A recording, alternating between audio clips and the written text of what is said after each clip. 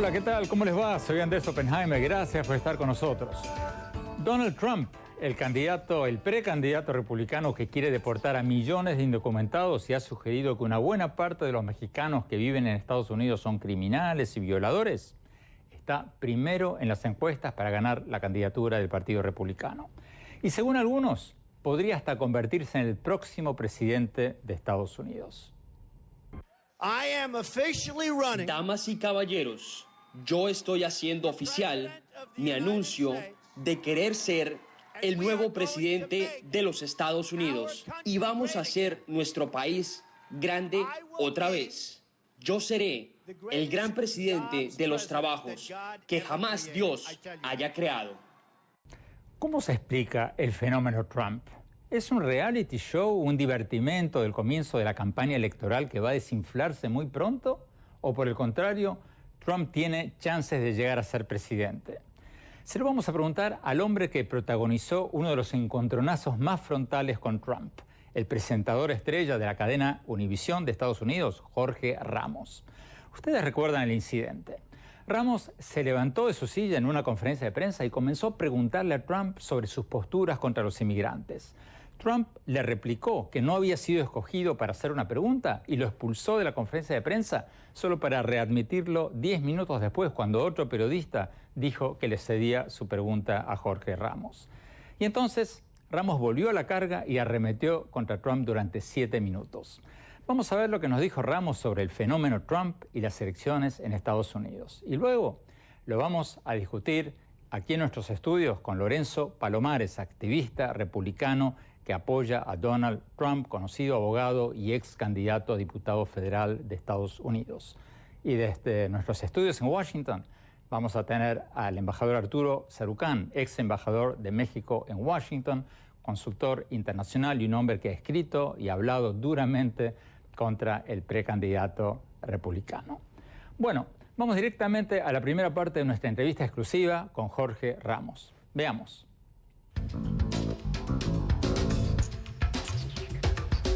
Jorge Ramos, ¿cómo te explicas el fenómeno de Donald Trump? El hombre insulta a los mexicanos, llama idiotas a sus rivales políticos de la campaña republicana, se tira contra todo el mundo y sigue creciendo en las encuestas. ¿Cómo te explicas este fenómeno?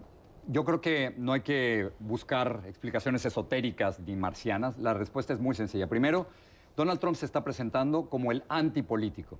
O sea, si le preguntamos a tu audiencia y a ti, si odias a los políticos, y estoy seguro que ahorita va a haber montones de gente en el televisor del otro lado levantando la mano y diciendo, sí, odio a los políticos, ya sea que estés en México, en Guatemala, en Chile o en Argentina o en Estados Unidos, odiamos a los políticos, no nos gusta lo que han hecho, los culpamos de todo. Así que Donald Trump se está presentando como el antipolítico y por eso tiene éxito. Y lo segundo es muchísimo más sencillo. Donald Trump tiene éxito en las encuestas porque hay millones de norteamericanos que piensan como él. Y eso es triste. Me refiero, hay personas que están de acuerdo con sus ideas que discriminan, con sus ideas que ofenden, y creo que Donald Trump está promoviendo este discurso xenofóbico que afecta muchísimo. Hace años que no recibo tantos correos hirientes y discriminatorios y ofensivos como ahora después del encuentro con Donald Trump. ¿Crees que es un fenómeno pasajero del comienzo de la campaña republicana, un fenómeno veraniego del verano de Estados Unidos y que se va a disipar o que va a caer o no? Yo creo que yo tomo a Donald Trump muy en serio. Yo creo que es un error burlarse de él. Yo creo que es un error acusarlo de que es un payaso. Es un error pensar que va a desaparecer porque el periodo de apaciguamiento o de pacificación con Donald Trump ya pasó. Es decir, los candidatos republicanos y el propio presidente de México, Enrique Peña Nieto, pensaban que la única manera de enfrentar a Donald Trump es no hablando sobre él, no enfrentarlo. Dejando que se pise solo. Claro, y que el perfil de Donald Trump bajara. Claramente se han equivocado en su estrategia. Entonces, yo tomo muy en serio a Donald Trump y puede llegar a ser presidente de los Estados Unidos. Y entonces, como periodistas, estamos obligados a enfrentarlo antes y no un día después de la elección. Pero Jorge, todavía no ha empezado la campaña negativa. Jeb Bush tiene 120, 140 millones de dólares y obviamente si sigue estando número 2 o número 3, va a empezar con una campaña negativa. Le va a empezar a pegar donde más le va a doler a Donald Trump, que es con su público, la derecha republicana, y va a mandar mensajes televisivos, cotidianos, va a bombardear a la opinión pública republicana con mensajes diciendo Trump no es un conservador, no es un republicano, hasta hace poco defendía el aborto, etcétera. Todas esas cosas, hasta hace poco daba dinero a Hillary Clinton, todas esas cosas que son anatema para la derecha republicana, que es el público de Trump. Entonces, ¿va a poder sobrevivir eso? Es que lo ha logrado hasta el momento. Todavía no empezó la campaña negativa. Pero es que yo creo que ya comenzó. Yo he sentido que algunos candidatos ya lo están empezando a atacar. Jeff Bush, después de mucha reticencia y mucha resistencia, ha empezado a atacar directamente a Donald Trump. Pero es un cambio de estrategia. Porque antes pensaban, yo no me meto y Donald Trump solo va a explotar, solo va a destruirse. Ese no ha sido el caso. Yo creo que la campaña, no he tenido un verano, no sé cuál ha sido tu experiencia, pero no he tenido un verano tan intenso políticamente como este. Todos nos íbamos de vacaciones, las campañas se iban de vacaciones, pero yo creo que no, que Donald Trump se está solidificando y yo lo tomaría muy en serio. Pero Jorge, la mayoría de los estrategas republicanas no están de acuerdo contigo. Dicen que Trump es un outsider, es un hombre que viene de afuera, que como tú dices, está causando sensación manteniéndose en el centro de la agenda política, diciendo barbaridades un día tras otro, pero que a medida que empiece la campaña negativa y a medida que el público empiece a fijarse en sus políticas o en su falta de políticas, va a empezar a caer. Pregunta. Si en el caso que tú no estés en lo correcto, en el caso de que Trump sepa de que no tiene posibilidades a medida que avanza la campaña, ¿qué está buscando? Porque un hombre con ese ego obviamente no está buscando una embajada, ni la vicepresidencia, ni una secretaría de Estado. ¿Tú crees que él está convencido de lo que dice o que está buscando otra cosa? Quiero regresar al mismo mensaje. Es una grave equivocación no tomarlo en serio. O sea, no creer que él quiere ser presidente de los Estados Unidos. Porque dinero no lo necesita, dice que tiene 10,000 millones de dólares. Que además el New York Times y otros han investigado y han puesto eso en duda. Exacto. Y es uno de los hombres, no diría más populares, pero más conocidos en todo el mundo. Así que popularidad y dinero, independientemente de cuál sea su fortuna, no lo necesita. O sea que sí, claro, yo creo que sí quiere ser presidente de los Estados Unidos. Ahora, la única estrategia que quizás funcionaría es la siguiente. Cuando se vayan eliminando los candidatos después de las elecciones en Iowa, en New Hampshire, en Carolina, en otros estados, en Carolina del Sur y Carolina del Norte, es posible que esos votos y ese apoyo de algunos de los 17 candidatos, es una cosa impresionante, vayan a irse a candidatos que no son de Donald Trump. Es decir, quizás Donald Trump esté alcanzando el límite, el techo, pero todo lo que hemos dicho de Donald Trump hasta el momento nos hemos equivocado. Así que yo creo que la única estrategia es tomarlo en serio y creer que ese hombre que dice que los mexicanos son criminales y violadores, sí puede llegar a la Casa Blanca, que si llega a la Casa Blanca sí querría construir un muro y sí querría deportar a 11 millones de indocumentados, que sería la mayor deportación en la historia de los Estados Unidos.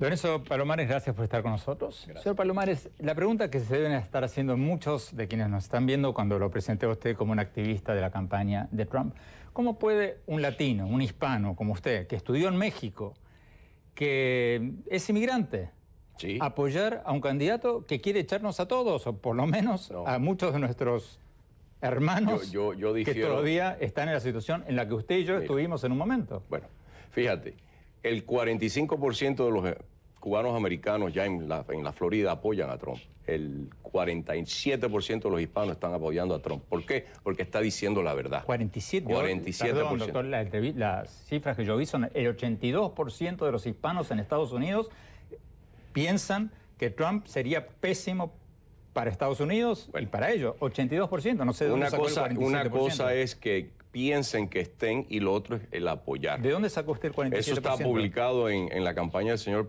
Trump, él mismo lo ha dicho. Que, y ¿47% de los hispanos en Estados Unidos? Sí, de muchos de los hispanos. Y te voy a decir una cosa, el movimiento que está haciendo Trump está llamando al pueblo americano que sabe que el Partido Republicano y la nación americana lleva 25 años en decadencia. Hemos echado para atrás, hoy nuestros aliados no nos respetan y los enemigos se burlan de nosotros. Y ese es el problema que hay que cambiar. Y contrario a lo que dice el señor Ramos, Igual que entraron las personas ilegales a este país que rompen la soberanía y la ley de Estados Unidos, del país donde ellos quieren ser parte de, tienen que irse porque la jurisprudencia norteamericana no tiene cabida para amnistías. Tiene cabida para cumplir el delito que se hizo, y en estos momentos es fácil que se vayan y regresen, como lo que él está diciendo, a través de una orden de trabajo donde no inmigren, pero pueden trabajar, porque el problema fundamental no es deportar a las personas. El problema fundamental es que estas personas, para vivir en Estados Unidos, tienen que trabajar, y ahí es donde vienen los problemas de los robos de identidad y de los otros delitos que conllevan no solo la entrada ilegal al país. Tenemos que ir a un corte. Lo invito a que me muestre esa cifra del 47%, no, porque las cifras que yo he visto del Pew Research Center y de todos los centros de opinión muestran que el 82% de los hispanos están en contra de Trump. Vamos a un corte y ya volvemos.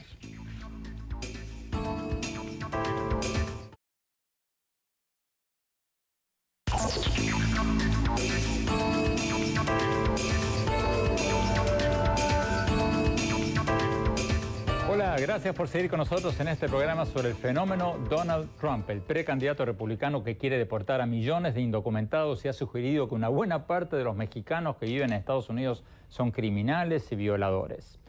Sigamos con la entrevista con Jorge Ramos, el presentador de la cadena Univisión que increpó a Trump en una reciente conferencia de prensa. Veamos lo que nos dijo Ramos sobre ese incidente y sobre las críticas que le hicieron más tarde. Veamos.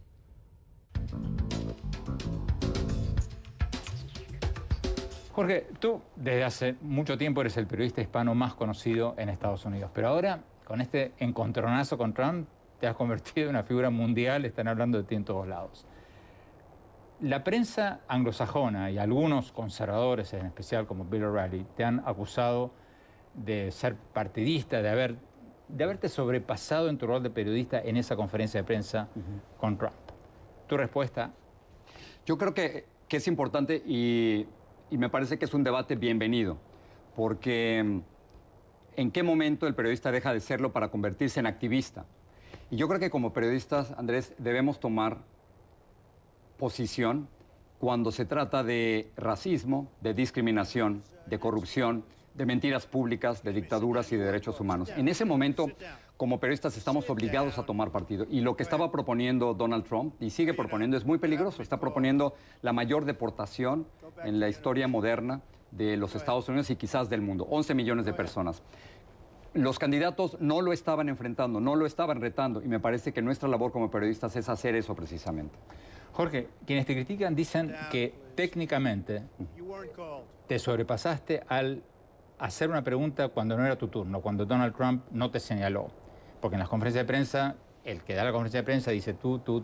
Y a veces ¿Qué respondes? Y a veces no. ¿Qué respondes? Y a veces no. Bueno, lo que ocurre es que, primero, en esa conferencia de prensa en Iowa, el contexto es este. Después de que Donald Trump había anunciado que se lanzaba a la presidencia y que calificó a algunos mexicanos como criminales y violadores, le solicité una entrevista. Y en esa solicitud le envié una carta manuscrita, de esas que ya no se hacen. No sé cuándo fue la última vez que escribiste una así. Lo hacemos en texto o en email. Puse, gravísimo error, mi teléfono celular. Y entonces Donald Trump, claro, en lugar de contestarme, publica mi teléfono celular en internet y tuve que cambiar mi teléfono celular, que lo traigo aquí, y que ahora es otro, por supuesto, y que no se los voy a dar, pues. Entonces, estuvimos tratando de encontrar a Donald Trump una conferencia de prensa para llegar y hablar con él. Lo encontramos en Iowa. Llegó Donald Trump, 2 periodistas antes que yo hicieron sus preguntas, y después dije, I have a question on immigration. Tengo una pregunta sobre inmigración. Nadie objetó.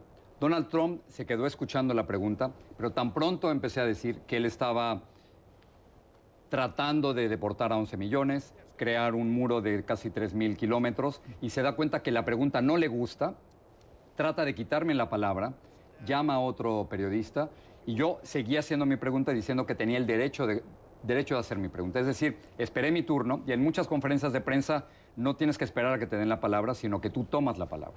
¿Cuál fue la reacción de nuestros colegas ahí? Fue una reacción mixta. Algunos de ellos, la gran mayoría, siguieron levantando la mano y querían hacerle preguntas a Donald Trump. Pero 2 periodistas, y sí quisiera enfatizar el trabajo de ellos, Tom Llamas, de la cadena ABC, y Casey Hunt, de la cadena MSNBC, retaron a Donald Trump. Y mientras yo estuve fuera 10 minutos, porque un guardaespaldas llega y se me para enfrente, y es la primera vez en mis 30 años de periodista que me sacan de una conferencia de prensa, estoy fuera 10 minutos y no me quiero ir porque tengo el camarógrafo afuera, y si Donald Trump sale y tenía que salir por ahí, quería volver a abordarlo. Tom Llamas y Casey Hunt le dicen a Donald Trump, él primero, que yo he entrevistado a Barack Obama y a otros presidentes y que ellos han aguantado sus preguntas, ¿por qué no las aguanta usted? Y luego Casey Hunt dice algo que me pareció valiosísimo. Dijo, no voy yo a hacer mi pregunta, quiero usar mi turno para que Ramos pueda volver a entrar a la conferencia de prensa. Y efectivamente así fue. Él se dobló, se dio cuenta que había cometido una violación a la libertad de prensa en los Estados Unidos, que era un grave error que finalmente se hizo noticia a nivel mundial, y gracias a ellos dos pude volver a entrar a hacer la pregunta. ¿Desde entonces has tenido algún otro contacto con Trump o con su campaña? Mira que no nos habían contestado nada. Y entonces ahora la campaña de Donald Trump sí está en contacto con nosotros. Eso no significa que me vaya a dar una entrevista. Yo sigo insistiendo en buscar una entrevista con él. Pero después de darse cuenta de la reacción a nivel mundial y que no pueden ganar el voto hispano, Donald Trump dice que va a ganar el voto hispano. No es cierto. Las encuestas que yo he visto, más del 50% de los latinos Ahora vamos a hablar de eso. tienen una opinión negativa sobre él. Pero Jorge, tú acabas de decir que cuando se trata de Racismo, discriminación, corrupción, derechos humanos. Los periodistas no podemos ser neutrales. No podemos, Andrés, porque... Estoy totalmente de acuerdo, pero tú mi tampoco pregunta... lo has sido. No, por supuesto que no. Cuando vas con un dictador... Por supuesto. Tú eres el primero en darle duro. Totalmente de acuerdo. Pero mi pregunta, ¿vamos a un periodismo tipo europeo, donde los diarios, los canales de televisión están totalmente embanderados con una posición política o no? ¿Estamos yendo en Estados Unidos hacia eso? Me encanta el debate que tenemos y por eso quería hablar contigo, porque lo puedo tener. No, es que la gran diferencia, y hace poco tuve una entrevista con Bill O'Reilly de la cadena Fox News, le decía, la gran diferencia entre nosotros, le decía a O'Reilly, es que tú eres partidista, o sea, tú siempre estás con el Partido Republicano, siempre atacas a los demócratas, y las entrevistas que haces con los conservadores que invitas a tu programa son blandísimas. Son muy suaves. Es un partido de béisbol. Y yo creo que no, la gran diferencia, Andrés, desde mi punto de vista es que se vale retar al poder. Creo que nuestra principal función como periodistas es evitar el abuso de los que están en el poder. Sin embargo, no podemos ser partidistas. Yo soy un independiente, no soy demócrata ni republicano y no puedo tomar partido. Creo que esa es la gran diferencia. Esta campaña recién empieza. Tú vas a ir nuevamente a conferencias de prensa de Donald Trump y si él no te da una entrevista, te vas a parar y le vas a preguntar cómo lo hiciste la otra vez. Primero, no sé si me dejen entrar a otra conferencia de prensa de Donald Trump. Él prohibió que un reportero del Des Moines Register entrara a la conferencia de prensa donde a mí me expulsaron. Así que no sé si voy a poder ir, pero lo que sí te puedo asegurar es que voy a seguir haciendo exactamente las mismas preguntas hasta encontrar respuesta. Donald Trump se está escondiendo en no ser específico en cómo quiere deportar a 11 millones o construir un muro o quitarle la ciudadanía a los niños nacidos aquí. Son preguntas fundamentales para la audiencia de nosotros, así que mi trabajo en esta campaña es hacer esas preguntas que Donald Trump no quiere escuchar. Jorge, tú siempre has defendido a los inmigrantes, lo sigues haciendo, lo hiciste en tu entrevista con Donald Trump. Pero en el mundo, si miramos lo que está pasando en Europa con los cientos de miles de inmigrantes, si miramos lo que está pasando en Estados Unidos con el fenómeno Trump, ¿no hay un movimiento creciente en contra de los inmigrantes en los que gente como tú o como yo, que abogamos por los derechos de los inmigrantes, nos estamos sintiendo cada vez más solos? Yo creo que los países deben ser juzgados por la manera en que tratan no a los ricos y poderosos, sino en la manera en que tratan a los más vulnerables y los más débiles. Y generalmente estos son los inmigrantes indocumentados. Coincido en tu análisis, lo que estamos viendo con los inmigrantes a nivel mundial es terrible. Estamos viendo hace solo unos días cómo el presidente de Venezuela está expulsando a miles de colombianos y culpándolos de los principales problemas. Claro, ¿qué busca Nicolás Maduro? Solidificarse, crear nacionalismo y enfrentarse ante una terrible situación económica y un liderazgo pésimo. En el caso de los Estados Unidos, Donald Trump culpando a los inmigrantes 11 millones de los principales problemas del país. Y en el caso de Europa ha sido un verano espantoso para los inmigrantes. 350,000 inmigrantes huyendo desde Irak y de las zonas más peligrosas y llegando a países donde no los quieren. Pero Jorge, en el caso de Europa hay un hecho real. Hay inmigrantes, o sea, hay una oleada de refugiados. En el caso de Estados Unidos, no. Paradójicamente, el número de mexicanos que han cruzado la frontera ilegalmente a Estados Unidos ha bajado en los últimos años. 125,000, de acuerdo con el Wall Street Journal, frente a 147,000 chinos. Es increíble, es cierto. Hay más chinos llegando que mexicanos llegando. La realidad es que no hemos resuelto, sin embargo, el problema de los 11 millones que ya se encuentran aquí. Pero ¿cómo se explica este sentimiento pro-Trump, anti-mexicano, cuando el número de inmigrantes indocumentados mexicanos ha bajado? Suena absolutamente irracional. Pero están culpando a los inmigrantes de algunos de los principales problemas de este país. Es decir, la inequidad, la desigualdad espantosa de salarios. Es decir, cada vez tenemos una clase que gana más dinero y cada vez tenemos más personas que ganan menos. La incapacidad de muchos jóvenes, que es un fenómeno que se está pareciendo al de Europa, muchos jóvenes que terminan la universidad con deudas de miles de dólares, 50,000, 100,000, 150,000 dólares, y que no pueden conseguir trabajo. Y muchos norteamericanos que culpan de su situación económica a la presencia de los inmigrantes, cosa que es absolutamente falsa porque los inmigrantes no toman el trabajo de los norteamericanos y hacen los trabajos más difíciles. O sea, estamos buscando chivos expiatorios y es lo que han encontrado en Venezuela, en Estados Unidos y en Europa.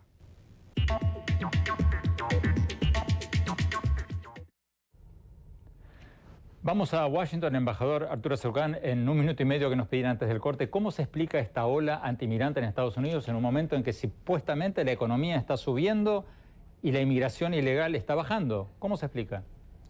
En parte porque creo que hay un problema que se está dando en todo el mundo, que es una creciente inequidad entre quienes tienen y entre quienes no tienen. Las clases medias se han ido pulverizando, se ha ido polarizando el ingreso. Y a pesar de que la economía estadounidense, sobre todo si ves el entorno mundial, está creciendo y está demostrando signos de vitalidad y de expansión, esto todavía no impacta salarios mínimos, mayor ingreso. Y esto montado en políticos poco escrupulosos que siguen recurriendo a datos falsos, como el tema de la migración mexicana, en donde además quienes deberían estar argumentando que la migración mexicana hacia Estados Unidos ya no es lo que era hace 10 años, que los patrones migratorios en la frontera se han modificado, que efectivamente hoy por hoy hay más chinos que entran y se quedan sin papeles de manera indocumentada en Estados Unidos que mexicanos. Es decir, falta que quienes pueden esgrimir y argumentar estos datos de cambios en los patrones y modificaciones en las tendencias migratorias lo hagan de una manera enfática y eficaz. Y estas dos cosas combinadas son lo que permiten que el señor Trump sea absolutamente, por decirlo amablemente, liberal con el uso de los datos para golpear a los migrantes, para golpear a México y para argumentar lo que ha puesto sobre la mesa en materia de su manifiesto migratorio. Tenemos que ir a un corte y cuando volvamos seguimos con la entrevista a Jorge Ramos. Ya volvemos.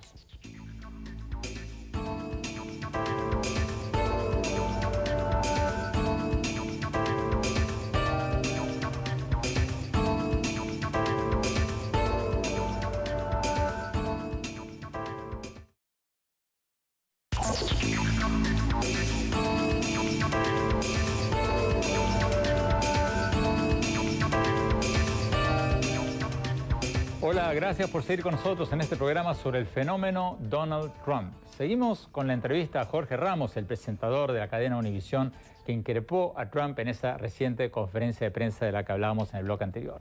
Sigamos con la entrevista.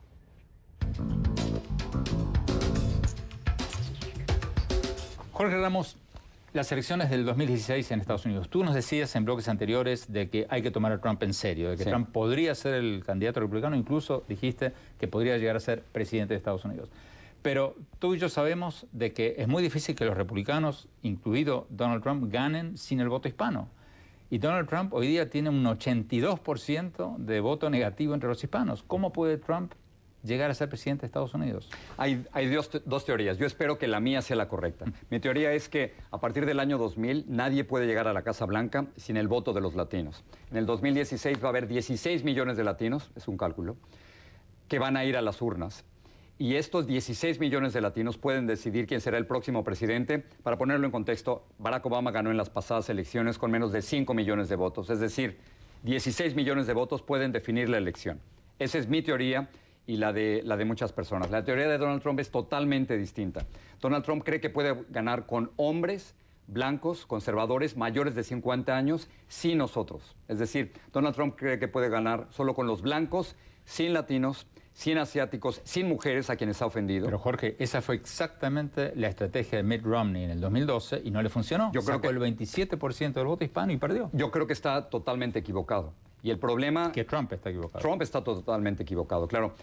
Cuando los republicanos pierden, y tú sabes perfectamente en las pasadas elecciones, hacen un análisis, el post-mortem famoso, y se dan cuenta que Romney se equivocó, que una propuesta de autodeportación no iban a poder ganar, obtienen solo 27%, y entonces concluyen, en las próximas elecciones tenemos que cambiar, tenemos que incluir a los latinos y tenemos que dejar esa imagen que parece anti-inmigrante. Parece ser que ningún republicano ha leído eso. Y yo creo que Donald Trump es la creación del Partido Republicano. O sea, no va a haber manera de separar a Donald Trump de muchas ideas del Partido Republicano. Las mismas ideas que ha dicho Donald Trump las comparten muchos de los candidatos. Ninguno de ellos cree en un camino a la ciudadanía para los indocumentados. Y algunas de las ideas más espantosas, como la creación de un muro de casi 3,000 kilómetros, es compartida por muchos de ellos. Es decir, separar a los republicanos de Donald Trump va a ser una operación quirúrgica, desde mi punto de vista, casi imposible. ¿Por qué México no grita más fuerte? Es terrible. Me parece espantoso que los mexicanos en los Estados Unidos han sido dejados solos frente a Donald Trump. Bueno, para ser justos, la Secretaría de Relaciones Exteriores de México sí ha denunciado o ha criticado a Donald Pero Trump. eso es una declaración tan tímida, tan triste, tan tardía, tan pobre, con tan poca energía, que aquí en los Estados Unidos, sal y pregúntale a cualquier mexicano aquí en los Estados Unidos, ¿quién en México te defiende? Y nadie te va a decir que lo están haciendo. El gobierno de Peña Nieto ha desaparecido, como siempre ocurre en todas las crisis con Peña Nieto, ha desaparecido, ha quedado paralizado ante esta crisis. Pero déjame jugar al abogado del diablo. ¿Qué ganaría el gobierno de Peña Nieto poniendo el grito en el cielo y diciendo Trump es esto y lo otro? Lo que ganaría es que saldría, no es que ganar o que no ganar, sino que es la obligación del gobierno, y que se han olvidado cuál es su obligación, la obligación del gobierno de Peña Nieto es defender a los mexicanos dentro y fuera de México. Y el gobierno de México claramente ha decidido en este momento no salir a defender a los mexicanos en los Estados Unidos. Y nos ha dejado solos. Es decir, Peña Nieto no ha dicho absolutamente nada. Lo entiendo como estrategia. Ellos creen, equivocadamente, que si no hablan, los problemas van a desaparecer. Peña Nieto ha hecho todo eso desde Ayotzinapa, desde la Casa Blanca, los 42,000 muertos. Y ha hecho lo mismo con el problema de Donald Trump. Peña Nieto cree equivocadamente, es un pensamiento mágico, que si no habla de Donald Trump va a desaparecer. Y Donald Trump no está desapareciendo.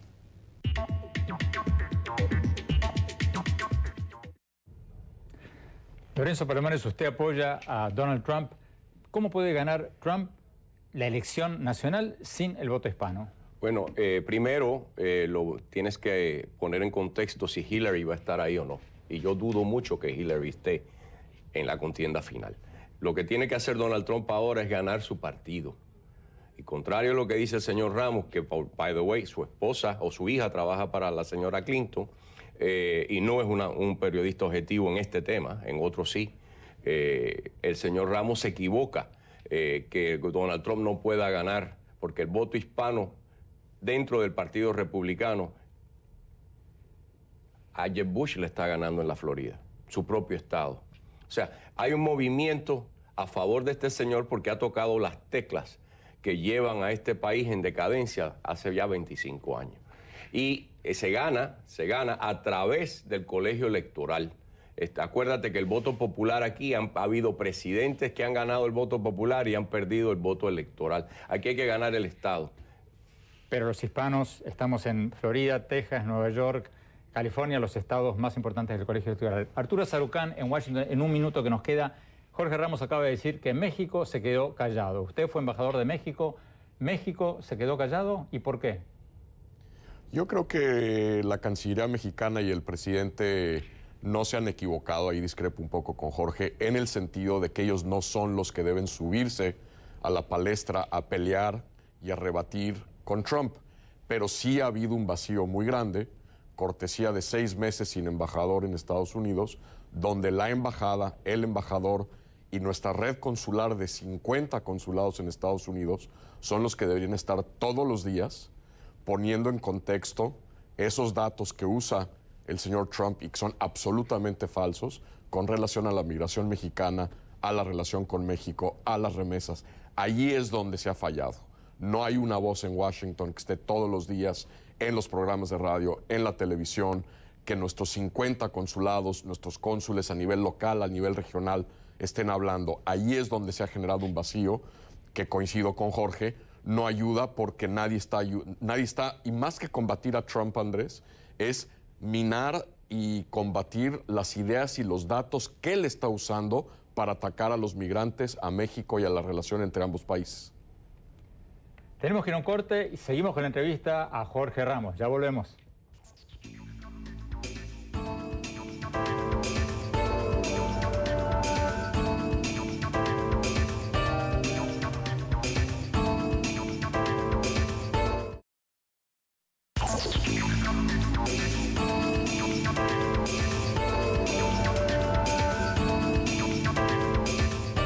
Gracias por seguir con nosotros en este programa sobre el fenómeno Donald Trump. Seguimos con la entrevista a Jorge Ramos, el presentador de Univisión que increpó a Trump en esta reciente conferencia de prensa. Sigamos con la entrevista.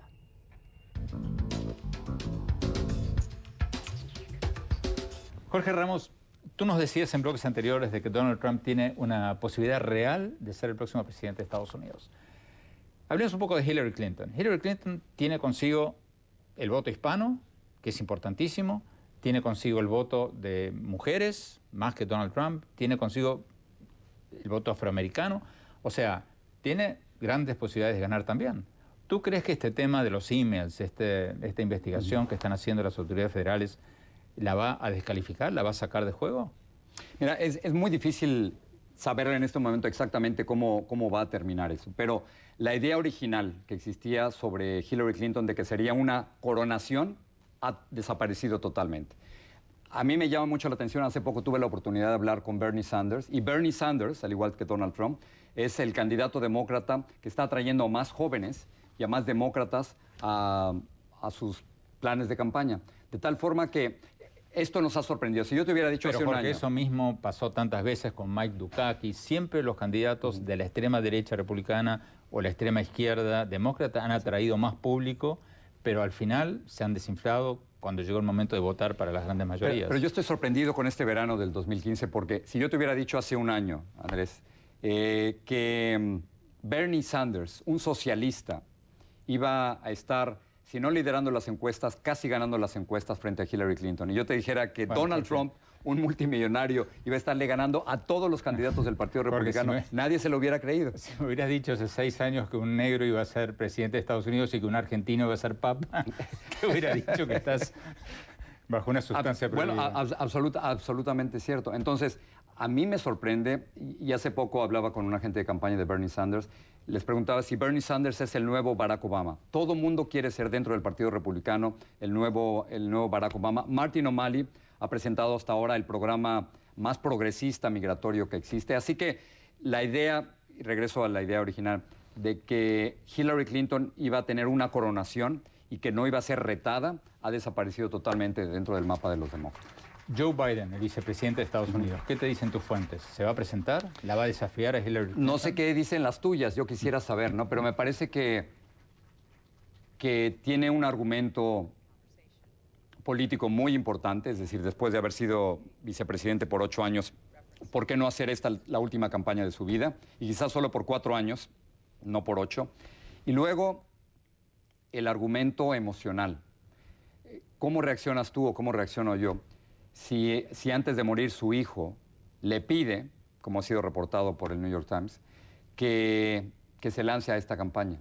O sea, me parece muy difícil que un padre pueda aguantar y sostener una presión moral y emocional como esa, ¿no? Si se presenta Joe Biden, ¿cómo sería esa interna, esa primaria entre Hillary Clinton y Joe Biden? Divide, o sea, no queda la menor duda que Joe Biden es una gran presencia. Y si lo hace con la con la senadora Elizabeth Warren. ¿Tú te imaginas lo que sería eso? ¿Cuál sería la diferencia entre las dos campañas? Bueno, habría que...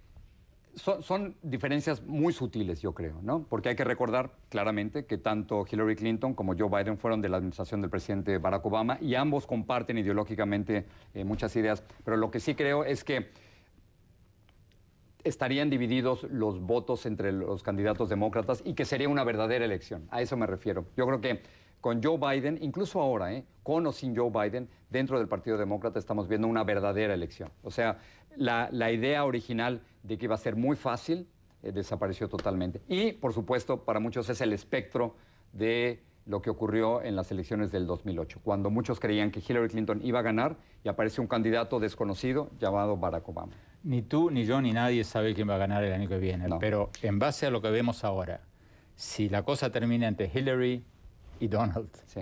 ¿quién llevará de ganar? Bien, lo único que me puedo basar en las encuestas de la misma forma que lo harías tú. Acabo de ver una encuesta en la que Hillary Clinton todavía le ganaría a Donald Trump, pero la ventaja que tenía de muchos puntos se ha reducido muchísimo. E incluso acabo de ver una en que si Joe Biden se lanzara contra Donald Trump, le ganaría a Donald Trump con una distancia un poco mayor que la de Hillary Clinton. Así que hoy, en este verano del 2015, y ojalá borres la cinta, en este verano del 2015, todavía Hillary le ganaría a Donald Trump.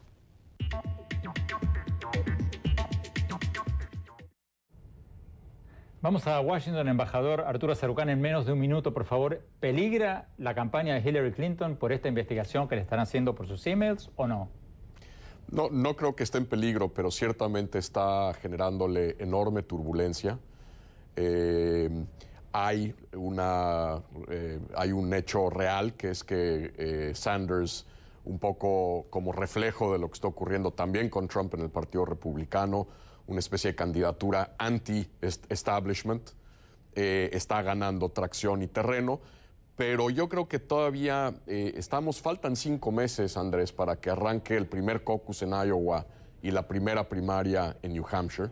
Pueden pasar muchísimas cosas en 5 meses. Yo, a pesar de que sí coincido con Jorge, de que primero la candidatura de Clinton está en problemas, 2, de que lo que se asumía iba a ser un día de campo para la nominación de ella no está ocurriendo. Yo creo que al final del día veremos a Hillary Clinton como la candidata al Partido Demócrata y que tendrá ella que confrontar algunos de los problemas que se están dando al interior del Partido Demócrata, entre el ala más liberal o progresista, que la siente, digamos, demasiado cercana al poder. Y quiero darle 30 segundos a Lorenzo Palomares. Usted dijo ya antes que Hillary no va a ser. ¿Quién va a ser? ¿Biden? Posiblemente sea Biden, porque Hillary no va a llegar en octubre. Hillary tiene que ir adelante del Congreso y ahí van a ser donde ella va a fallar. No va a poder hacer las contestaciones adecuadas a las preguntas que se le van a hacer. Tenemos que ir a un corte. Muchísimas gracias, embajador Sarucán. Perdone por haberlo interrumpido, pero me decían recién que se nos había terminado el tiempo. Señor Palomares, muchísimas gracias. Gracias. Vamos a un corte y ya volvemos con mis conclusiones. Ya volvemos.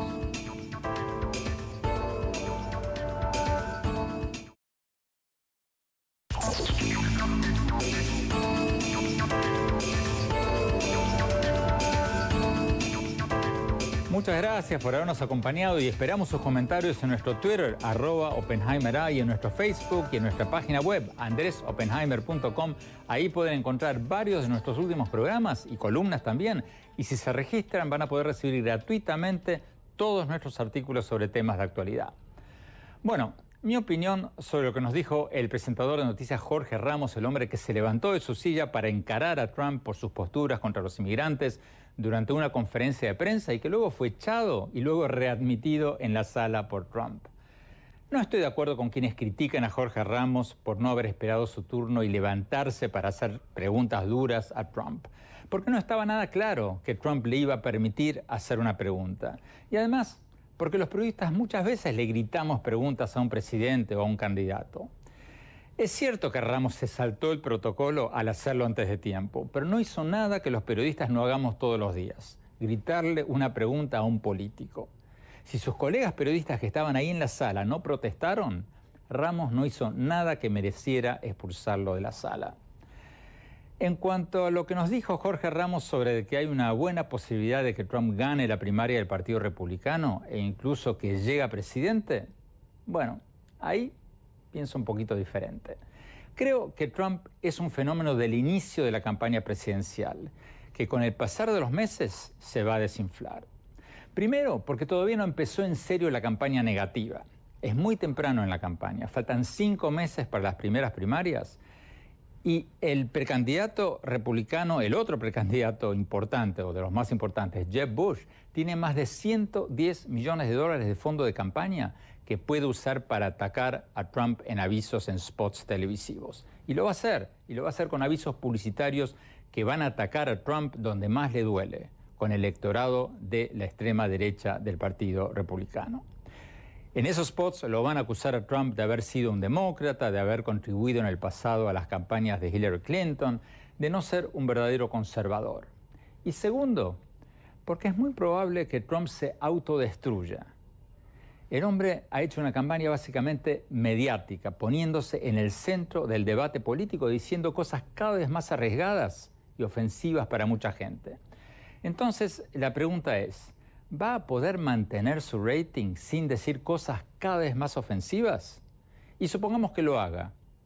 ¿Va a poder ganar una elección nacional después de echarse en contra al 82% de los hispanos, a muchas mujeres y a varios otros grupos sociales? Hoy por hoy, yo no apostaría a que Trump pueda hacerlo. Bueno, los dejo con esa reflexión. Gracias por acompañarnos. Hasta la semana próxima y muy pronto tendremos con nosotros a la presidenta de Chile, Michelle Bachelet. Gracias.